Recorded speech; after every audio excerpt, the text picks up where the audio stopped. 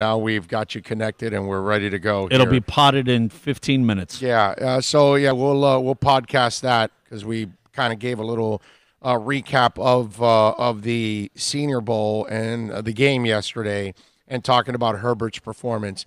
And Anthony Gordon also looked really good yesterday, and he looked good throughout the week. He's a little inconsistent at times, but again, it's kind of a project guy, like a lot of these guys are. And that's just part of the game.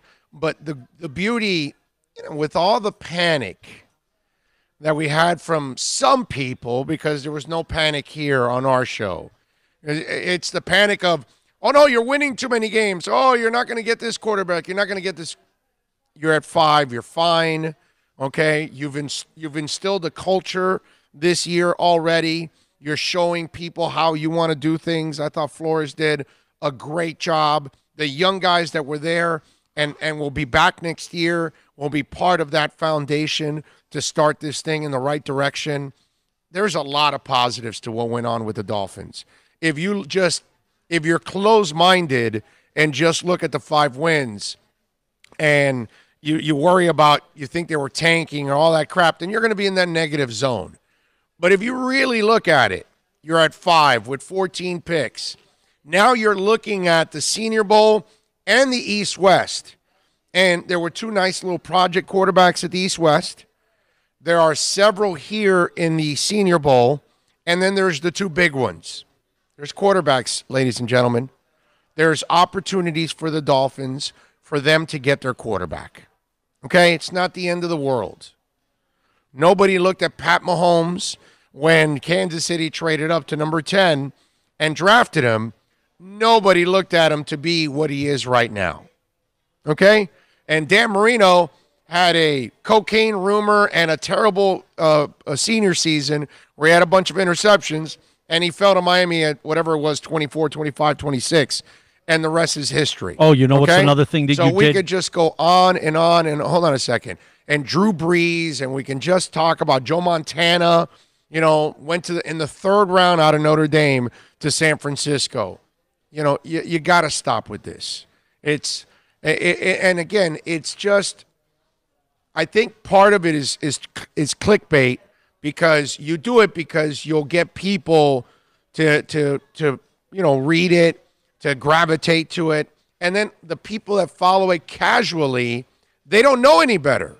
So whatever the writer's writing, they take it as gospel.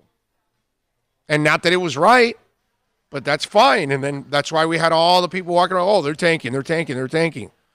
No, they weren't. They were never tanking. Don't you see that they're trying to win games? Nobody's trying to tank. Not the front office and not the coaches. They just had a different way of rebuilding the team through youth. That's all. But that's what we run into. It's the clickbait. It's trying to stir up the drama.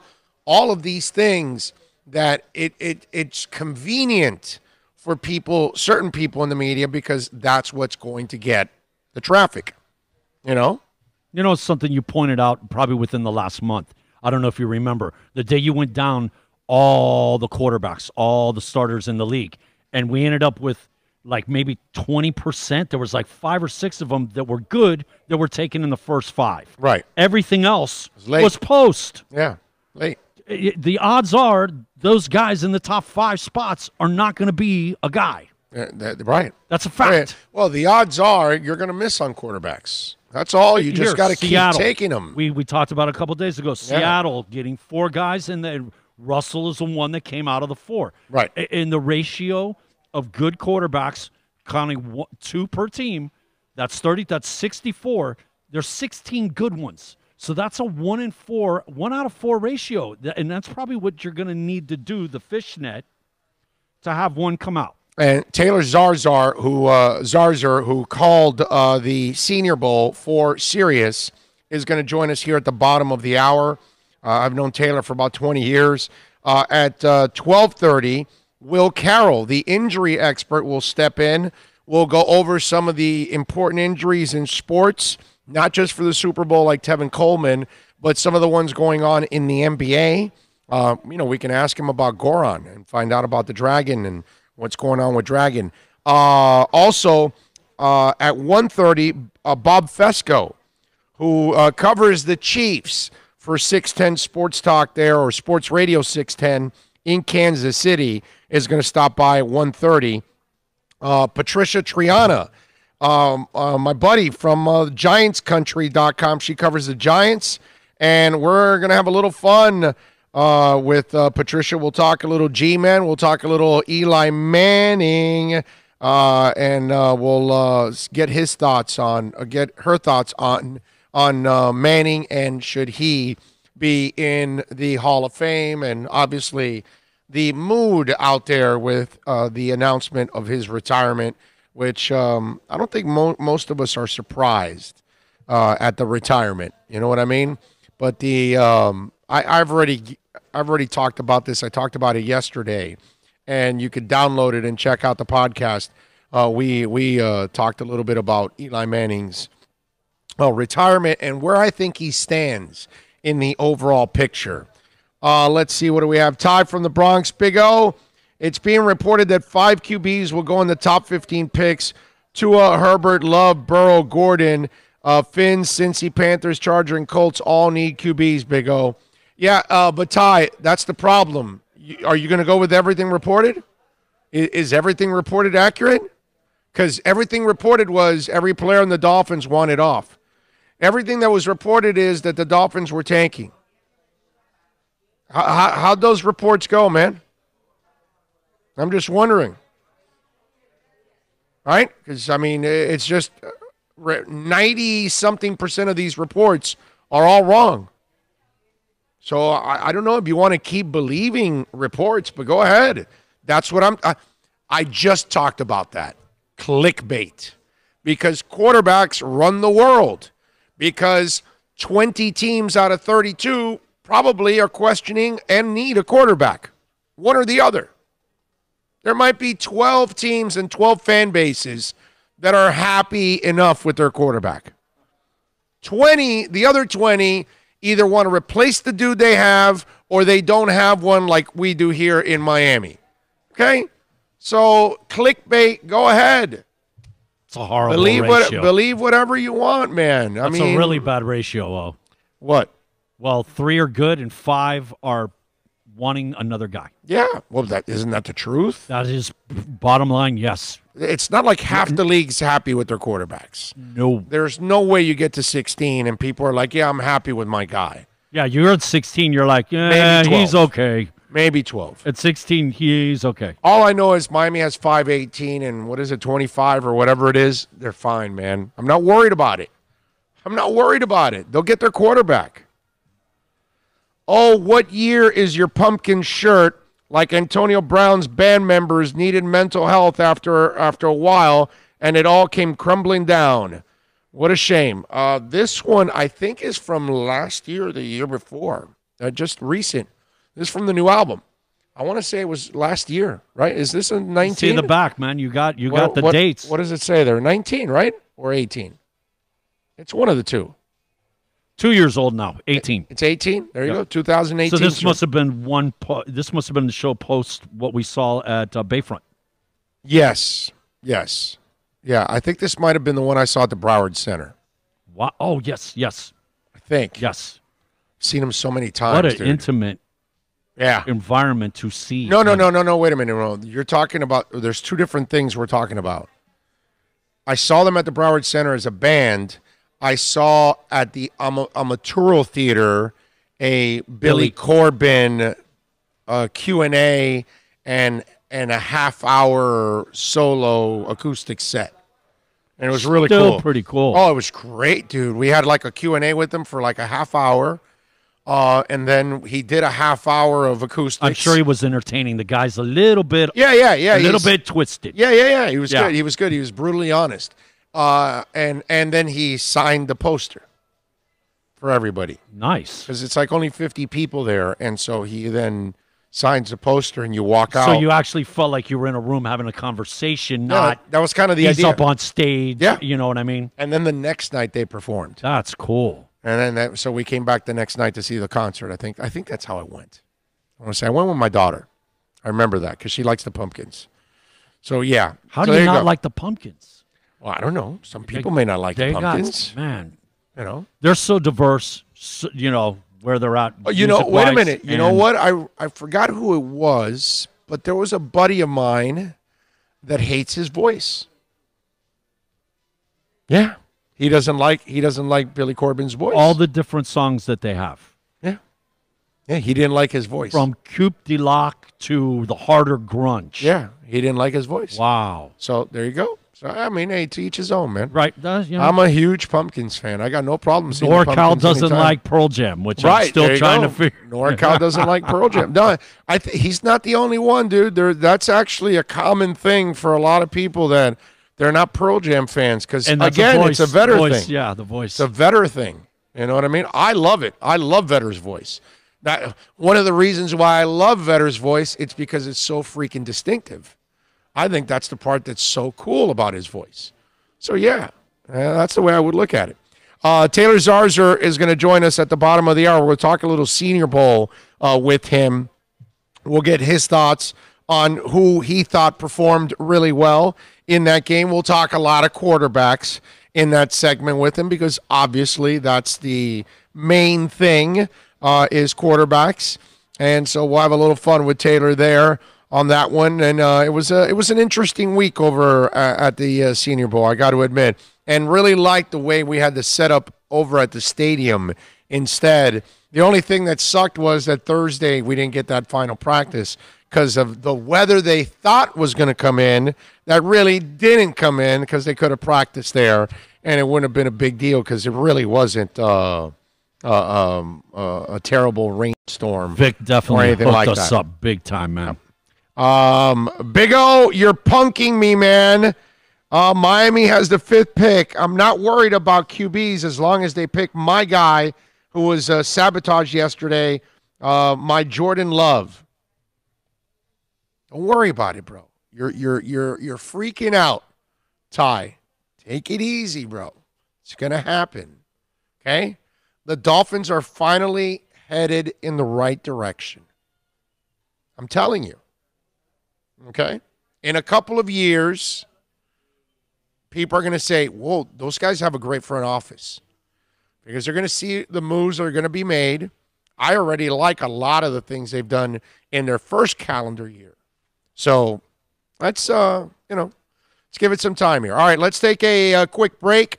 Don't forget, we can still get you into state rates under 3.5%. Call Choice Mortgage Bank and Michael Codsey at 561-441-2730. Let me tell you, folks, don't let the other mortgage companies give you the runaround. Call Michael Codsey. You can call him right now on a Sunday. That's right. You're relaxing. You're frustrated with your mortgage payment. You want to get a better deal. State rates right now under 3.5%. Call him right now. I dare you. 561-441-2730. All righty, we are back. We're going to talk a little Senior Bowl. We just got back from our Senior Bowl and been going for a long, long time. And a man that has also been dealing with the Senior Bowl for a long, long time is Taylor Zarzour, my buddy, which, of course, you can catch him on ESPN doing play-by-play. You caught him yesterday on Sirius doing the broadcast of the Senior Bowl. And let's bring him aboard. Taylor, how you doing, my friend? Oh, how long have you been coming to my hometown? 20 years, right? I think it's about 20 years. It's got to be. I think it's longer than that. Yeah, I think this was my 21st, but I think for those of you out there that are listening, Taylor and I have known each other for over 20 years now, and we first met, and it had to do with Mobile. It had to do with the Senior Bowl. I was kind of like trying to convince my station that the draft is important and that we should cover the Senior Bowl and all that.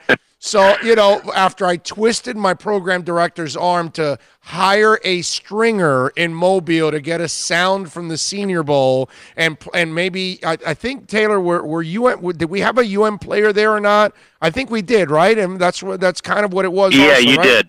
Yeah. And so I hired Taylor to be our stringer in Mobile to cover the Senior Bowl. Since then, we've been friends. And it's, you know how it is, Taylor. This business is so damn small. It's a joke, It is. man. It's a joke. Yep. It really is, man. So how you been, brother?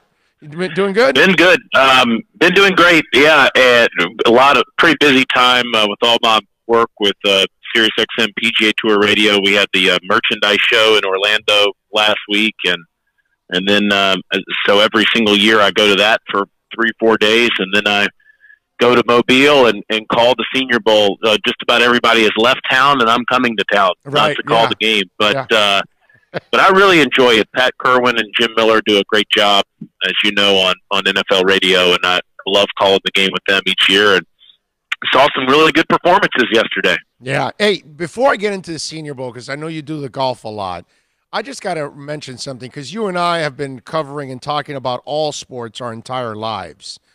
And I've had fun at his expense and made fun of his situation when his ex-wife was knocking him out with a club and knocking out his tooth. But in the end, considering everything that dude's come back from personally and professionally, Tiger Woods might be mentally the most strongest dude I have ever met or seen in any sport whatsoever, because I don't know how many guys can come back from that many surgeries and all the personal issues that also went to it. Mentally tough, dude. And I thought it was, when he kind of went into that shell for a couple of years, I thought that was kind of soft. But he had to kind of rehab. And the way he's bounced back, I got to say, dude, I'm super impressed. You should be, and I think you said it well. I mean, for somebody to go through that sort of public humiliation that's that famous and be able to see the other side of it and write a different script to the ending of his career is remarkable. I don't know that he thought this was possible a couple of years ago, just given the pain, the physical pain he was in. And I don't think that any of us thought it was possible either, but he has. And I also will tell you, that he has become a much more approachable person. Yes. He's not going to host his own radio show at any point. He's not the most sociable guy in the world, but he is much more approachable, much more comfortable in his own skin than I've ever seen him before. And, he's 44 years old, and you could still argue he's one of the best players in the world. At the end of the year, he was the best player in the world. And who knows, maybe he has a really low round later today and wins his 83rd PGA tournament, which would be an all-time record, passing Sam Snead. If it doesn't happen today, it's going to happen, though, this year. And this guy has many more golf tournaments to win. It's an amazing comeback story, and I think that his talent level surpasses anybody that's ever played the game. Yeah, no, there's no doubt about that. But man, the way he's come back, man, I gotta admire the hell out of that, and that should be a great motivation for a lot of people out there going through adversity, man. That should be the center of their world there, to be able to try to come back from something like that. All right, Taylor, as you know, my brother, you are in Dolphins country. We are desperate for a quarterback. They've been dying to replace Dan Marino for 7,000 years. So yesterday, some of the guys that we were talking about all week while I was there at the Senior Bowl, was Herbert. Obviously, Gordon was another guy, and Jordan Love were the three guys that we were really talking about. But overall, what did you see from the quarterbacks? What did you like? Well, let me qualify these remarks by, I know you know this, but for your audience, by saying my father went to Coral Gables High School and grew up in town. So this is near and dear to my heart and always has been. That's right. And I think just as anybody else is listening, I'm very fascinated with what the Dolphins are going to do with those 6 picks in the first 3 rounds. I thought Fitzmagic, had a really impressive finish to the season, and I wouldn't be upset or disappointed if he's the quarterback for one more year and they decide to take a quarterback in the first round of the 2021 draft. Maybe it's Trevor Lawrence with all these picks they have. But it certainly sounds like the Dolphins are extremely interested in Tua, and that if they can believe that he is on the mend, it might be a good situation to have Fitz and Tua there next year. But if they're going with somebody that's healthy right now, Justin Herbert's your guy. The guy has a very quick release. His ability to understand an offense at this age is very impressive. He had an incredible week.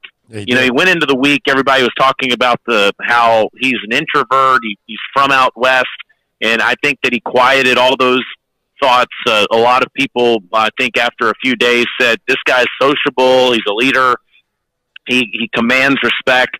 He gained a ton of it from his South teammates all week long, and I thought he certainly didn't do anything to disappoint when he played in the first quarter of the game on Saturday. So I think Herbert, if it's going to be really interesting to see between Burrow, Tua, and Herbert what order they go in. Tua not being able to do anything really until the draft starts. You wonder what kind of impact that has on him. Is there anyone other than the Dolphins that would make that pick at number 5? But I think Herbert in the next couple of months, his stock is going to continue to rise. And I thought that the first take-home message from Mobile this week was the impressive week that Justin Herbert had. Yeah, and listen, I thought of Tannehill right away on that one drop where he saw the defensive end coming at him, and he waited. He didn't wait at all. He took off and had that 19-yard run and avoided that sack. The guy that was here for 7 years, that's a sack, dude. That's a sack. No, there's no question. I mean, and Tannehill took more than anybody in that time, and it's because he's a wide receiver.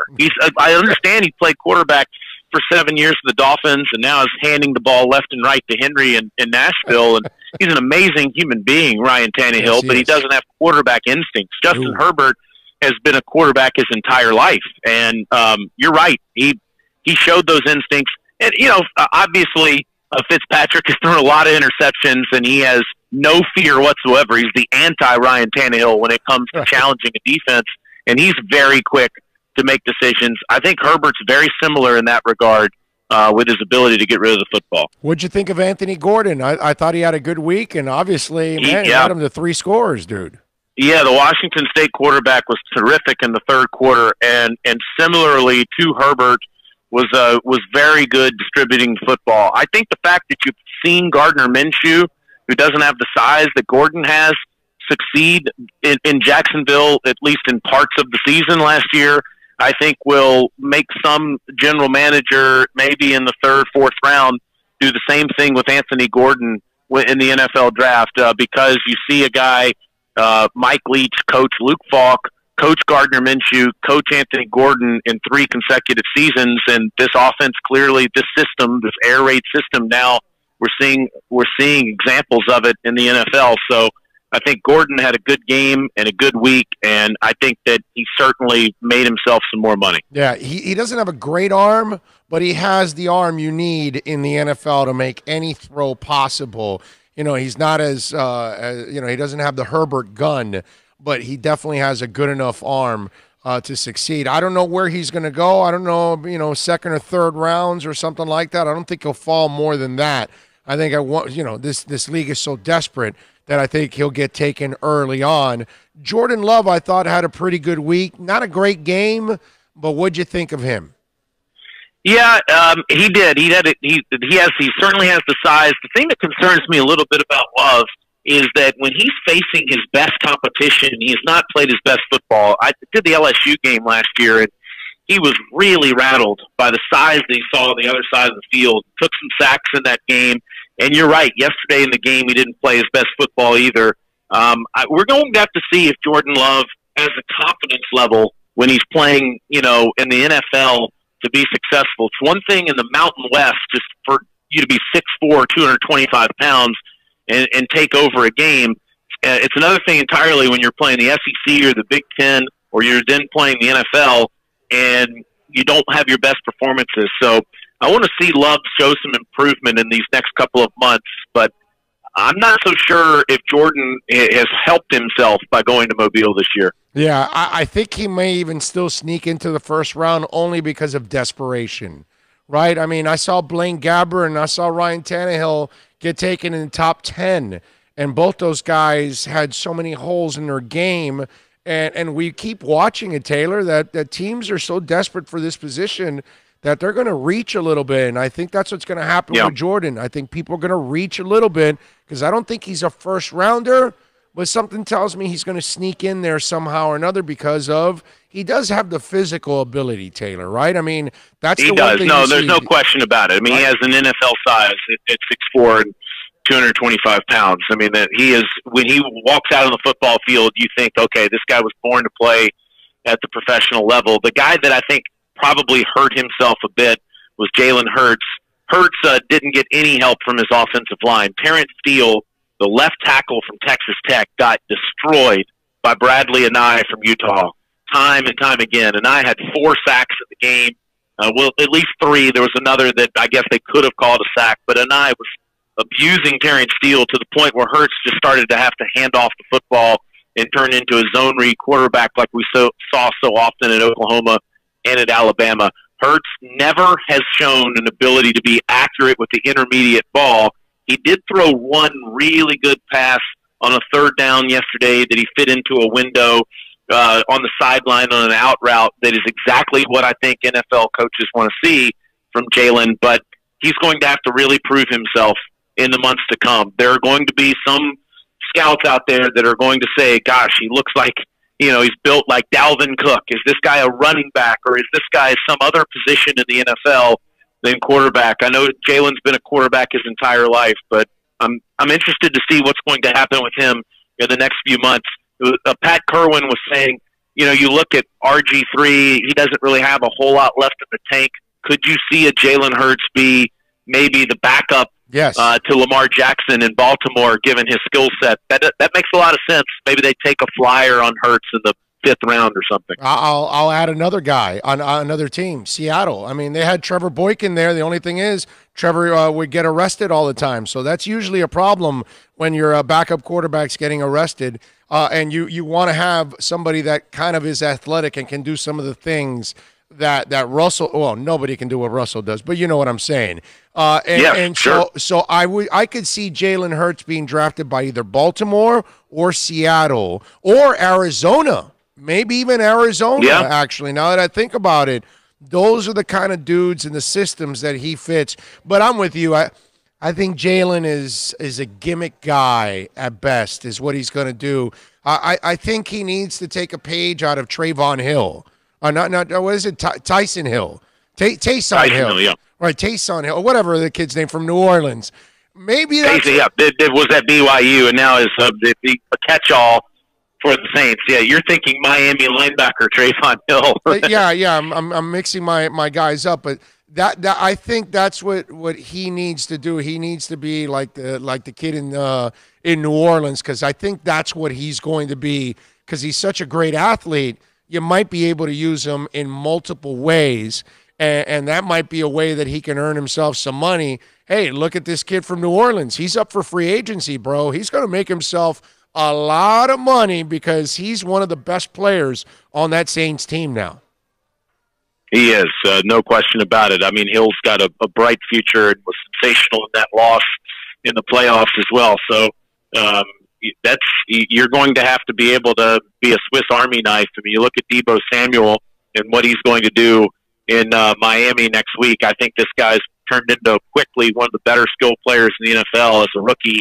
And, he can run down on kicks. He can kick return. He can punt return. He can run the ball. He can catch the ball. He can throw the ball. The guy can do everything. So I think if you have more than one skill at the pro level, it's going to serve you well, certainly in this era of professional football. And Jalen does have some of those skills. So it's going to be interesting to see. But you're right. I mean, getting back to the Dolphins, I think it's going to be fascinating to see how many of these guys from the Senior Bowl that Flores and Greer decide to take a flyer on at some point during the draft. I do think that they're guys like obviously Tua at the top of the board, and then Clyde Edwards-Helaire as a guy that can catch so many passes out of the backfield that the Dolphins, I'm sure, have a tremendous amount of interest in.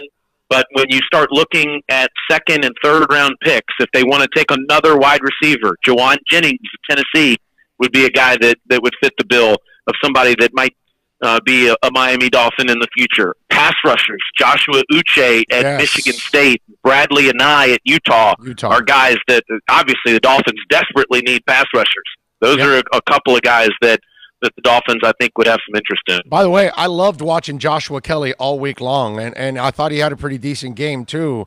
Kelly's one of those guys, and Pirine, both guys. Pirine, isn't he from Mobile? I think he is from Mobile, right? Yes, he is. Yeah. He's had a touchdown in a stadium he used to play in high school football games. It was crazy to see him back there in that game. But, yeah, Keyshawn Vaughn at Vandy had a good week as well. Did not play in the game. They just for precautionary reasons. But Kelly's a physical runner, the UCLA tailback that you just referenced, that did have a good game. So, yeah, if you don't want to take that second or third first-round choice that the Dolphins have with a running back, they're going to have an opportunity to get one of those guys you just referenced in the second or third round with one of those picks. Yeah, no, I got to tell you, last week at the East-West Shrine game, there was a Princeton QB, and what's his name now? I forgot his damn name now, Bill. What's his name? Jacobson, or what's the kid's name now? Damn it. Kevin Davidson. Kevin Davidson. I like that kid. Have you seen him at all? Do you know Princeton. him? Yeah. Yeah, just a little bit of him, but I heard he had a big game last week. Yeah, I like him, man, as a project. I thought that's one of those guys that if you're the Dolphins, I mean, you got 14 picks. That's the other thing that I've been saying, Taylor. If you're going to take Tua at 5, I need you to be Jimmy Johnson or Mike Shanahan. Jimmy took Steve Walsh the year they took Troy Aikman because Gil Brandt had to scream at Jimmy like, come on, dude, you got to take Troy. All right, we'll take Troy. And then he took Steve in the supplemental. And then Shanahan, the owner, wanted RG3. He wasn't really an RG3 guy, so he took Kirk Cousins. That's what if I'm the Dolphins and I've got 14 picks, you know what? Dedicate 2 of them to quarterbacks. If you're going to take Tua, then go get Anthony Gordon, get Nate Stanley, get the Princeton kid, get somebody else, because that way Tua can be put on ice, let him get healthy completely next year, and then you have Rosen and the second guy that you draft battle and learn behind Fitzpatrick. It makes a lot of sense. I mean, obviously, if they don't do that, then they have to do it again in 2021, get an additional quarterback for insurance because of what you just referenced. But I think that most of us right now believe that the Dolphins are going to want to take Tua with the 5th pick. What will be interesting is the 3rd and the 4th pick. It would, for example, the Detroit Lions, they're not going to draft a quarterback. They're still going to stick with Stafford, but are they going to make the Dolphins believe that they're shopping those picks? So that's going to be what's fascinating, is if the Dolphins still have the opportunity at number 5 to make that selection. But assuming they do, and Tua needs months and months and months of recovery, Fitz is your quarterback again next year, then you are going to need somebody else out there on the field, obviously, to be an insurance policy. So if it doesn't happen in 2020, it's going to happen in 2021. You're right. I think we're going to see several quarterbacks selected by the Dolphins. There you go. All right, so Taylor, before I let you go, my brother, what's the Super Bowl pick? Where you going, Kansas City or you going San Francisco? I'm going Andy Reid to finally win the big one. I'm going to take Patrick Mahomes and the Kansas City Chiefs to win the Super Bowl. First time they're in the game in 50 years, which is an amazing story. I know that the last time the 49ers won a Super Bowl, it was in the same stadium. But I think this one belongs to the Chiefs. I think they have too much firepower on offense, and Mahomes is too much of a difference maker in this game. I love the 49ers at the line of scrimmage on both sides of the football, but Mahomes' ability to win plays, even when his offensive line can't protect him, is almost unprecedented. And I think that he's going to take his team to victory on Sunday. But I expect a good game. I don't think it'll be a blowout. I think the Chiefs will win a game that will be very entertaining for 3+ hours. So are you going to be at the draft in Vegas? You coming out? No, I'm going to be watching people like you talk about the draft in Las Vegas. But I'm going to be sitting back and tell you, I have never been this interested in a draft before. So as a lifelong Dolphins guy, I'll be paying very close attention to what the Fins do in all of those rounds on Thursday, Friday, and Saturday. Well, Taylor, I got to tell you, dude, we're going to be out there. We're going out there for a week. Actually, we're going out there for 10 days now because we're going to go to Oakland and we're gonna go see Pearl Jam for 2 nights, and then we're popping over to Vegas for the week. And dude, we're broadcasting at this place called Tommy Rockers, and we're gonna have about 300 Dolphins with us every day out there. So we'll be doing the draft, all Dolphin style, obviously, with the Dolphins angle, and with 14 picks.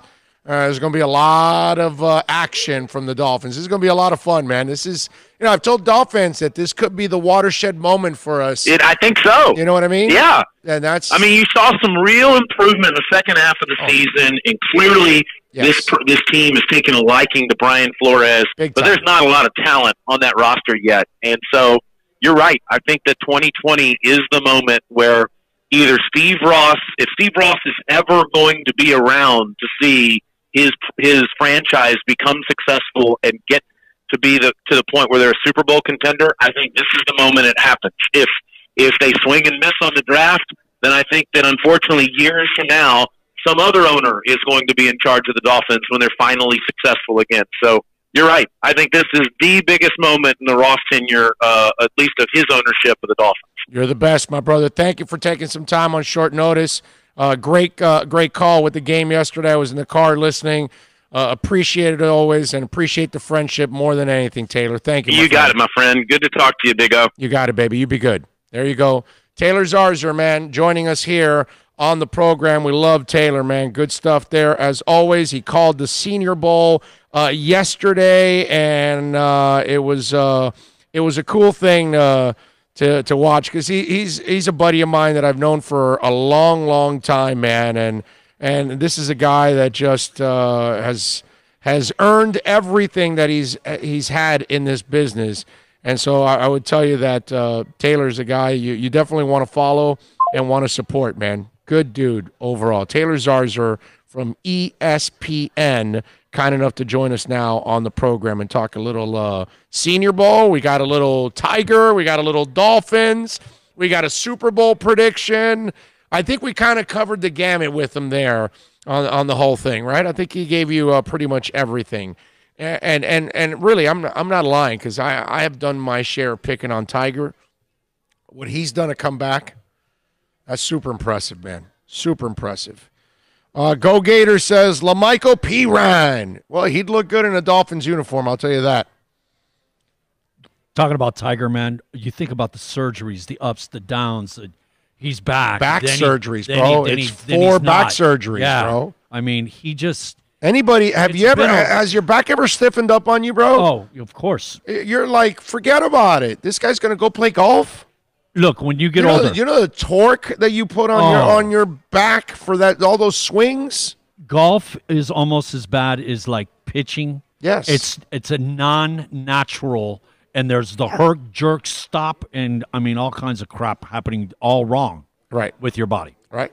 Yeah. But yeah, Tiger, you know what, man? I feel good for the guy, because he was looking like, oh, yeah, the record, and he's going to break, Jack Nicholson's, I think it's 24 majors. He's got it in the bag. And then, obviously, he had his first stumble, the whole situation, and then the back problems, the surgeries, numerous. He's back, and he looks good. But then, like, halfway through the tournaments in the beginning, that's it. Friday, Saturday, he'd fall off. He'd have one good day. To come totally back, win the Masters, to win the PGA Championship the end of last year, and the whole crowd, remember, coming out on the course. Yeah, man, I feel good for him. He's been through a lot. Yeah, no doubt about that. We do want to remind you that the show is proudly brought to you by Caneswear at Miami Fanwear. Yes, sir. Go to the website, caneswear.com, and apply there at Caneswear, man. Once you sign up, you can get some points. So every time you purchase, you get points, so you can save down the line. Also, Jimmy Murphy is making an appearance February 8th from 4 to 6 p.m. at Caneswear. So you can meet Miami Hurricanes' own Jimmy Murphy, 4 to 6 p.m. at Caneswear. He'll be there to sign autographs, take pictures. We all admire Jimmy's heart, man, and the way he plays the game. So there you go. You got an opportunity, and go there. You got the jerseys, T-shirts, hats, starters jackets, Adidas wear, whether it's the sneakers, you name it. They've got it all out there, all kinds of different things. Dolphins, Heat, Panthers, Marlins, and Inter Miami, folks. Yes, you can even get some Inter Miami stuff. So check it out for yourself. Canes at Canes_wear on Twitter, and go online. If you order over $99, you'll get free shipping. Caneswear.com.